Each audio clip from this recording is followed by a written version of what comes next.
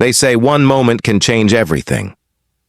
For James Walker, that moment arrived on a bitterly cold January morning in New York City, when his pride finally gave way to desperation. All he asked for was $1, the smallest favor he could. Imagine, hardly enough for a cup of coffee. But when he posed that humble request to Barron Trump, neither man could have imagined how it would alter both of their lives forever. This isn't just another account of a fleeting meeting between someone wealthy and someone struggling. It's a story about looking beyond the surface, about remembering our shared humanity, and how even the simplest of gestures can lead to the most significant transformations. What unfolded next would not only change the course of one homeless veteran's life, it would also reveal something unexpected about a young man most people only recognized from headlines and snapshots. Sometimes, the true character of a person isn't reflected in their name or status, but in how they respond when someone in need reaches out. It all began when James Walker pulled his thin jacket tighter to block the January wind cutting through New York City streets. His breath formed little clouds in the icy air, and his fingers had long since lost feeling. The cardboard beneath him barely insulated him from the frozen concrete, but it was better than nothing. At 62, James never thought he'd be here. Just 8 months earlier, he had a modest apartment, a night security job, and just enough income to get by. Then came the heart issues, the dizzy spells, and the mounting hospital bills. Now, everything he owned fit in a backpack, a few spare clothes, his military ID, and the last photo of his wife Sarah and their son Michael, taken before a car accident claimed both their lives 10 years earlier. People rushed by, clutching coffee cups and scrolling through their phones, too busy to notice him. James watched them, remembering when he had been part of that world, putting on his security uniform, kissing Sarah goodbye, and heading off to work. Michael would often be doing homework at the kitchen table, always looking up to say, "Stay safe, Dad." A woman in heels nearly stumbled over his outstretched legs. "Sorry," James muttered, pulling his feet closer to the wall. She didn't acknowledge him. Hardly anyone did anymore. It felt like he had faded from the world the moment he lost his home. His stomach growled, a harsh reminder he hadn't eaten since the day before yesterday. The soup kitchen on 42nd Street wouldn't open for hours. It felt like forever. James had exactly 27 cents in his pocket. He knew the amount by heart. He counted it repeatedly, as if checking might somehow make it grow. A gust of wind sent an empty potato chip bag skittering across the sidewalk. James watched it drift, thinking of how Michael used to chase scraps of paper in the breeze, pretending they were butterflies. Sarah would laugh, her eyes creasing at the corners, telling Michael not to wander too far. The memory tightened James's chest, more painful than any heart condition. Of course, he'd tried finding work, but at his age, with worsening health, employers didn't want the risk. The Veterans Affairs Office was assisting with his medical needs, but housing help had long waiting lists. His military pension helped a bit, but most of it went toward the hospital bills that piled up before his VA benefits began. James shifted stiffly on the cardboard, his joints aching from the cold. He had chosen this spot carefully, close to a busy subway entrance, but just out of the way enough to avoid police attention. The morning crowd offered a slim chance someone might toss a few coins his way. Still, James never asked. Sarah had always raised him to. Michael had once said that a person's pride was worth more than money. James still held on to that belief even now. The sun had fully risen, but it did little to cut through the bitter chill of January. James stood silently, watching a group of businessmen walk by. They were wrapped in expensive coats, speaking loudly about stock prices and profits. One wore shoes that likely cost more than James used to earn in a month. He tried not to dwell on it. Everyone had their own path in life, he reminded himself. His had just taken a rough turn. A noise down the street drew his attention. A small crowd was gathering, people raising their phones to snap pictures. James leaned forward, trying to see what the commotion was. That's when he noticed the security guards, moving with practiced coordination, clearing the way through. The onlookers. James instantly recognized their formation from his own days in security. It was a standard protective detail pattern. Between them walked a tall teenage boy.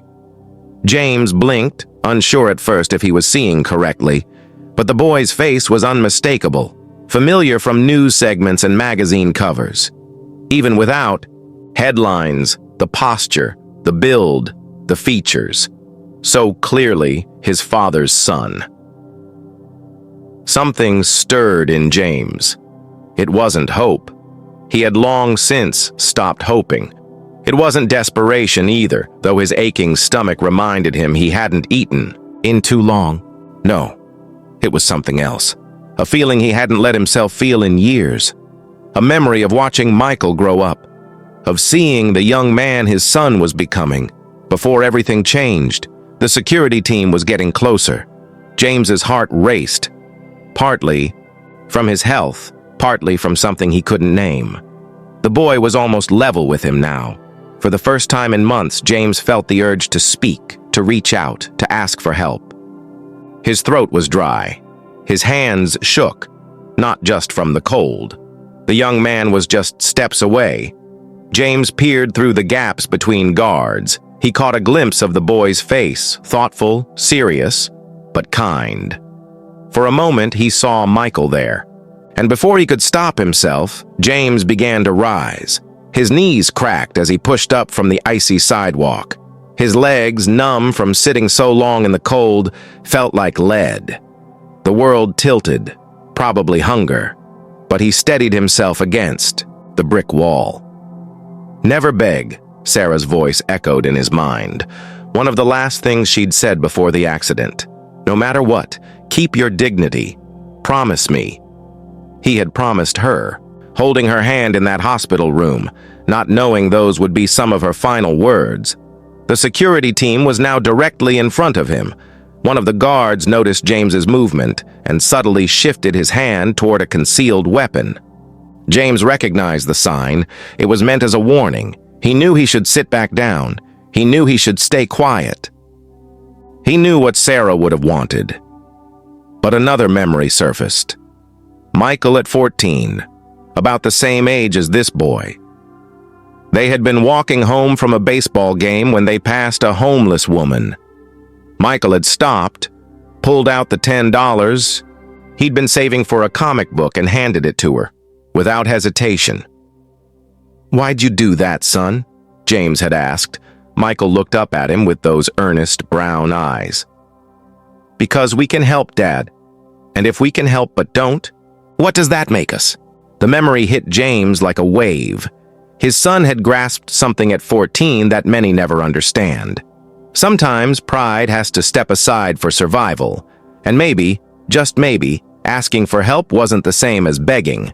Barron Trump, James was sure of it now, had passed him. Just 3 steps away. In seconds, he'd be gone. The guards had already begun to relax, deciding James was no threat. This was his only moment. James's mouth was dry, his chest pounded, not only from his condition but from something deeper. What would Sarah think? What would Michael say? James had always taken pride in standing on his own. 22 years in the military had taught him to be independent. Even after losing nearly everything, he had never asked for help. He walked 2 more steps. His mind wandered back to the recruiting office where at 18 he'd signed up. His drill sergeant Walker had told him, "You've got more pride than sense." Maybe the old man had been right. Maybe pride had kept James on the street instead of asking for help when he first needed it. He took another step. His stomach twisted sharply. When had he last eaten? 2 days ago? 3? The days had started to blur together. The soup kitchen seemed too far, and he was too tired. Tired of being hungry, tired of the cold, tired of being unseen. "Do it, Dad." He could almost hear Michael's voice. "It's okay to ask for help." James's legs wobbled as he stepped forward. The security guard on the left shifted position, watching him. James tried to speak, but no words came. His throat was dry. His shame felt heavier than ever. The boy was almost gone now. "I'm sorry, Sarah," James whispered. Then, summoning every bit of strength left in him, the same strength that had earned him 2 Purple Hearts during desert. "Storm!" He stepped forward again. "Excuse me," he croaked, his voice raspy from disuse. The guards stiffened. The one on the left moved in, blocking James's view, but just between the man's shoulders, James saw him, Barron Trump, pausing mid-step. Their eyes met. The boy's expression was unreadable, but there was something in his eyes, something that reminded James of Michael. His vision blurred. "Sir," one of the guards said firmly, "please step back." James's legs trembled. Every instinct told him to sit down, to vanish into the background, but Michael's words echoed in his memory. "If we can help but choose not to, what does that make us?" So despite the weight of his pride, James Walker, former staff sergeant, devoted husband, grieving father, prepared to do something he never had in 62 years, ask a stranger for help. Could you spare $1? The words felt heavy, like stones in his mouth. His training told him to stand tall, but his body was barely holding him up. "Please," he added, barely audible. The security guards exchanged quick glances. Their formation tightened, creating a stronger barrier between James and their charge. One reached for his radio, likely to call in support. James had done the same more than once when guarding someone important. But then, something unexpected happened. A tall figure stepped forward, catching the guards off guard with his calm, controlled movement. "It's all right," Barron Trump said, his voice deeper than James had anticipated. "Give us a moment, please." The guards hesitated. Their training clashed with their duty to obey. The one with the radio kept his hand close to it, but the others shifted, forming a wider perimeter around the young man while maintaining watch. James now stood face to face with Barron. The young man's eyes were sharp and observant, scanning James's appearance. But there was no disdain or pity, just curiosity. And something else. Something familiar. It was the same look Michael used to have when he was deep in thought, solving a puzzle. "You're a veteran," Barron said. Not a question, but a statement. He had spotted the worn military ID clipped to James's coat, his last possession that identified him as someone who had once served his country. "Yes, sir," James replied automatically, his posture straightening a little despite the fatigue. "Staff Sergeant James Walker, sir. Desert Storm." The formal tone returned easily, like slipping into an old uniform. A small crowd had begun to form. Commuters slowed to watch, some pulling out phones. James's face burned with embarrassment. Would tomorrow bring a viral headline? "Homeless vet begs Trump's son." He began to step back, courage fading. "You've been here all week," Barron said, stopping him. "Since Monday. You read the newspaper someone leaves on the bench each morning. You helped that woman pick up her groceries. When her bag tore yesterday," James blinked. "You noticed me?" "I notice a lot," Barron replied, his tone even. "Like how you never ask for anything. For spare change, you make sure your corner stays clean. You offer directions to lost tourists, even though most pretend they don't see you." A sharp gust swept down the street, making James shiver. His thin jacket offered little more protection than paper. Without a word, Barron stepped closer, using his tall frame to shield James from the wind. "Why today?" Barron asked. "Why ask me?" The question hit James hard, catching him off guard. Why indeed? He looked at the young man before him. Not just the weight of a powerful family name, but a teenager trying to make sense of things. James's throat tightened. "You," he swallowed. "You reminded me of my son. Something in your eyes." He didn't finish, but something shifted in Barron's expression. It softened, subtly, but enough to notice. More phones were now pointed their way. The security, Team grew uneasy. This had already gone on too long.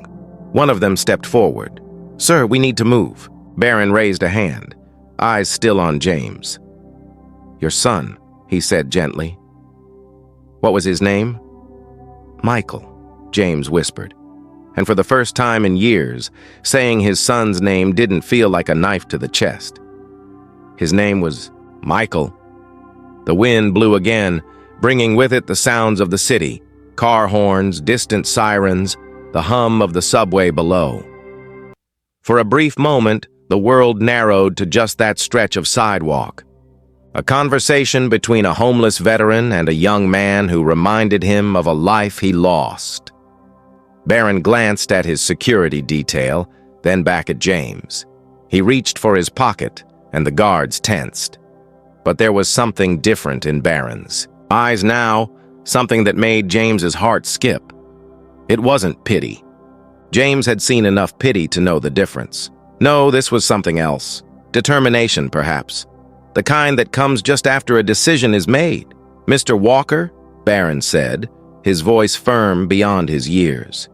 "Would you mind waiting? Here for a few minutes? I need to make a call." James nodded, unable to speak. The guards looked puzzled, but remained alert as Barron pulled out his phone. The crowd had grown. Their whispers buzzed in the background, filled with curiosity. James wanted to vanish, to melt into the sidewalk, to be anywhere but there. But he stayed. Maybe it was hope, maybe desperation. Or maybe it was just the way Barron had said his name, Mr. Walker, like he still mattered. As Barron began dialing, James thought of Sarah. Would she understand why he had broken his promise? Would she forgive him and Michael? Would his son feel ashamed or proud of him right now? The phone rang once, twice. Then someone picked up. Barron turned slightly away from the crowd, but James could still hear his first words. "Dad's office. This is Barron. I need to speak to the property manager at the tower." A pause. "Yes, it's urgent. No, everything's fine. I just need a favor." James stood motionless. Military instincts kicked in, grounding him as he tried to piece it all together. The crowd around them had grown noticeably larger, phones still raised, recording every second. His legs ached from standing so long, but he didn't dare shift. Barron's voice floated back in snippets as the young man paced within a small circle shielded by his security team. "Yes. No, not today. I understand. But this matters," Barron said into the phone. "I'll hold," he added, accepting a tablet from one of the guards with a nod. Though his phone remained at his ear, his fingers darted across the tablet's screen, pausing now and then to type something more detailed. "Mr. Walker," Barron said, briefly muting his phone as he turned to James. "Would you mind telling me which VA hospital you've been going to?" James blinked, caught off guard. "The Manhattan VA Medical Center," he replied hoarsely. "But how did you—" "The prescription bottle's in your backpack," Barron said, gesturing toward James's weathered bag leaning against the wall. "They're labeled from the VA." He refocused on the call. "Yes, I'm still here. No, I need to speak to him directly. Yes, I'll wait." A woman from the crowd edged forward, her designer coat hinting that she worked nearby. "Barron," she called. "What's going on? Can we do something?" The guards moved to block her, but Barron gave a slight shake of his head. "Thank you, but please give us some space," he said, politely but with quiet command. The woman stepped back. James felt dizzy, not just from lack of food. That morning, he had been invisible. Now, he was in the center of a growing crowd, with a young man who reminded him so much of Michael, making urgent phone calls and asking about his medical history. Part of him wanted to disappear, to slip back into the shadows. But a stronger part, the part that echoed his son's voice, told him to stay. "Yes, sir," Barron said into the phone, his voice now more formal. "I understand the procedures, but this is an unusual case. Yes, I can confirm his service. I'm looking at his ID now. Thank you, sir. He turned to James again, phone still to his ear, but mic muted. Mr. Walker, I have a few personal questions, if that's okay. They're important. James nodded, still trying to make sense of everything. When was your last full medical exam? 3 months ago at the VA, James answered without thinking. They said my heart condition needs... He hesitated, suddenly aware of the audience and uncomfortable discussing his health publicly. Barron seemed to pick up on this. He stepped closer and lowered his voice. The heart condition. Is that what caused you to lose your job? James nodded. Yes. Security firms don't want guards who might collapse on the job. Can't really blame them. Barron made a note on the tablet. And your military specialty? What was your role? Military police. 22 years. I made staff sergeant just before Desert Storm. After that, civilian security work. Until he gestured faintly toward his chest. A small smile broke across Barron's face, the first genuine one James had seen from him. Military police, Barron echoed, turning back to his call. Yes, sir, still here. That's right. MP background plus civilian security experience. Confirmed. Thank you, sir. A chilly gust swept through the crowd, and James shivered involuntarily. Without missing a beat, Barron slipped off his coat, a motion that made his security team tense, and handed it to James. That's not necessary, James began, trying to decline. But Barron gave him a look so reminiscent of Michael's "Don't argue with me, Dad" expression that James fell silent. He accepted the coat with trembling hands, his eyes stinging unexpectedly. Mr. Walker, Barron said, once again covering the phone mic. I know this is all unexpected. I know you didn't plan on any of this when you stopped to speak to me, but sometimes life throws moments at us, moments that can change everything. He paused. My father always said that. And my mother? She taught me that if you have the power to help, you should. James pulled the coat on. After months of cold, the warmth was almost overwhelming. Chill. It had once been too much for him. Barron, notably tall for his age, now carried that height. Like armor. Like protection. Maybe even hope. Yes, I'm here, Barron said, returning to his phone call. Can you connect me with HR? Yes, I'll hold. He glanced at James. Just a few more minutes, Mr. Walker. I promise this will be worth it. The crowd was starting to thin as people reluctantly made their way to nearby offices, though many stayed behind, watching and filming. Social media had likely already exploded with theories about the scene unfolding. James could imagine the sensational headlines: Trump's son meets homeless vet, or mysterious street exchange in Manhattan. But for the first time in months, James didn't care about the judgment in others' eyes. For the first time since losing his job, since living on the streets, since seeing his life collapse, he felt something he hadn't in a long time. Dignity. Barron typed quickly on his tablet while holding the phone to his ear. One of the security guards leaned in to whisper, likely about a schedule, but Barron waved him off. This matters, he said firmly. Everything else can wait. James watched the young man, no, this was no child, manage several conversations, coordinate efforts, and remain composed under public scrutiny. It made James wonder if his son Michael might have been this poised, if he'd had the chance to grow up. The thought, surprisingly, didn't sting as much as it usually did. Ah, yes, thank you for taking my call, Barron said, his tone shifting into something more businesslike. I'm reviewing his credentials now. Yes, that's right. I understand the job's requirements. No, I believe he's an ideal fit. Yes, I'll hold for the director. The murmurs in the crowd swelled again as a sleek black SUV pulled up to the curb. 2 more guards stepped out, scanning the area with professional precision. One approached Barron and whispered something discreetly. Barron cupped his phone and turned back to James. Mr. Walker, I need about 10 more minutes to wrap these up.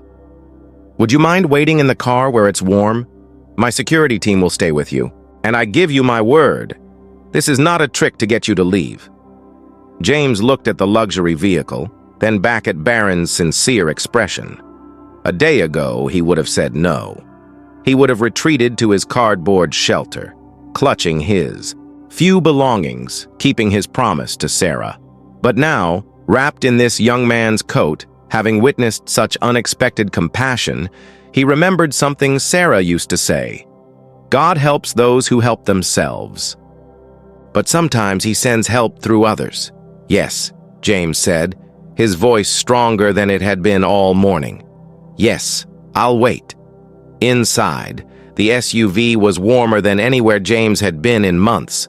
The leather seat seemed to envelop him, and for a moment he worried he might dirty it. But the security guard, Johnson, based on his earpiece conversation, simply nodded respectfully and said, "Make yourself comfortable, Sergeant." Through the tinted windows, James could see Barron still on the phone, pacing with the tablet in hand. Only a dozen or so people remained nearby, still filming. Someone had brought Barron a fresh coat, which he'd slipped on without pause in his calls. "Would you like some water, sir?" Johnson offered, holding out a bottle. James accepted it gratefully, trying to pace himself and not drink too quickly. His hands trembled less now that he was warm, and Barron's coat still felt like a shield draped over him. Outside, Barron smiled at something he heard on the line and gave a thumbs up to one of the guards, who immediately stepped aside to place a call of his own. James watched as Barron wrapped up his conversation, shook hands with a few people emerging from nearby buildings, and finally returned to the SUV. The door opened, and Barron slipped into the seat across from James, though his cheeks were flushed. With excitement, his tone remained composed and clear. "Thank you for your patience, Mr. Walker," he said. "I've made a few arrangements, if you're open to hearing them." James nodded, unsure if he could trust his voice. The surreal feeling of the morning had only intensified. "First," Barron said, tapping his tablet, "there's a room reserved for you at our hotel, just 3 blocks away. It's yours for the next month, no cost, no strings attached. This will give you a stable address for job applications and a chance to properly rest." James's mouth dropped open, but Barron pressed on. "Second, I spoke with our HR department. There's an opening for a security consultant at Trump Tower. The role involves training new guards and reviewing safety protocols. It's mostly a desk job, so your heart condition won't be a concern. They'd like to interview you this afternoon, if you feel up to it." Tears welled in James's eyes, but he blinked them away. I don't know what to—" "I'm not finished," Barron said, a slight smile forming at the corners of his mouth. "Third," he continued, "I spoke with the VA hospital. They're expecting you tomorrow morning for a full medical checkup. Our Family's Veteran Support Foundation will cover all the costs. They'll also help expedite your housing assistance application." A sound escaped James's throat, part laugh, part sob. "Why?" he managed to ask. "Why are you doing all this?" Barron was quiet for a moment, eyes fixed on his tablet. When he finally looked up, his expression was serious.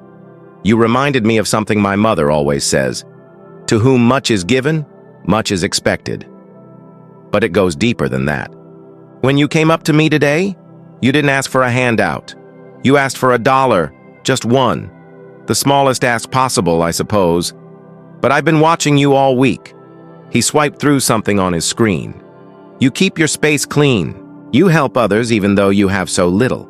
You carry yourself with dignity despite impossible circumstances. And when you finally broke your own rule about asking for help, it wasn't because you wanted to. It was because you needed to." James considered pushing back, maybe saying it was too much, that he didn't deserve such generosity. But then, he remembered something Michael once told him. "If we can help but don't, what does that make us?" "There's one more thing," Barron added, reaching into his pocket. He handed James a business card. "This is my father's personal assistance number. If anything goes wrong with the arrangements, call this number. They'll be expecting you." Outside the SUV, the city moved along. People rushed past, phones snapped photos, social media buzzed with curiosity. But inside the warmth of the vehicle, James Walker, former staff sergeant, devoted husband, grieving father, felt something he hadn't in a long time. Hope. "Your parents must be proud of you," he said, voice rough with emotion. A slight blush crept across Barron's cheeks. "I just did what anyone should do if they're able." James shook his head. "No. You did what Michael would have done. He had a way of truly seeing people just like you." Barron smiled, and for a moment all the pressures, the weight of his last name, the public attention, the formality, disappeared. He was just a teenager who had chosen to help someone in need. "The hotel is expecting you," he said, pulling up another document. "The interview is at 2 ba. That gives you enough time to get settled, have a real meal, and change into the suit they're sending to your room." James held the business card in his hand, still trying to process everything. "I don't know how I'll ever repay you." "You already have," Barron said gently. "You reminded me that big changes often begin with the smallest requests. You only asked for $1, Mr. Walker. But what you really gave me was a chance to make a difference." As the SUV pulled away from the curb, James looked back at the place he'd spent so many cold nights. His cardboard seat was still there, pressed against the wall, but he wasn't returning to it. He was heading towards something he hadn't dared to hope for in years. A future. Sarah would understand, he thought.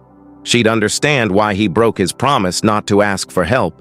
And Michael would be proud. Not just of his father for finally reaching out, but of the young man who had taken the time to truly see someone in need and respond with action.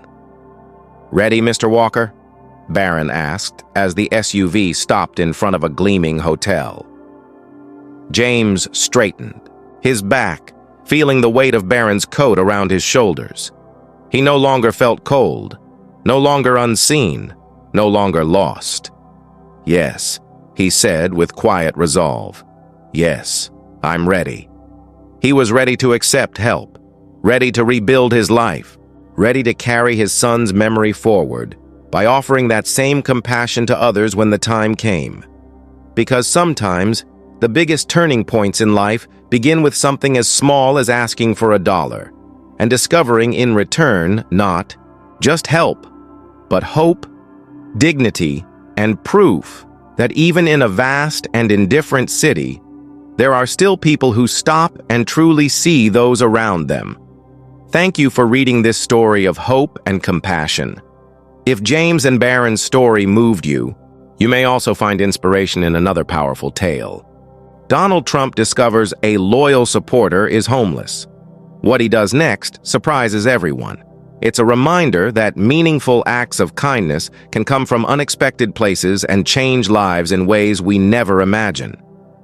We'd love to know where you're tuning in from, whether it's a busy city like New York or somewhere across the globe. Stories like this connect us all. Share your location in the comments and let us know what this story meant to you. Have you ever witnessed or been part of an act of kindness that made a lasting difference? Your stories inspire others and prove that compassion has no borders. Don't forget to like this video and subscribe to the channel for more stories that restore your faith in humanity.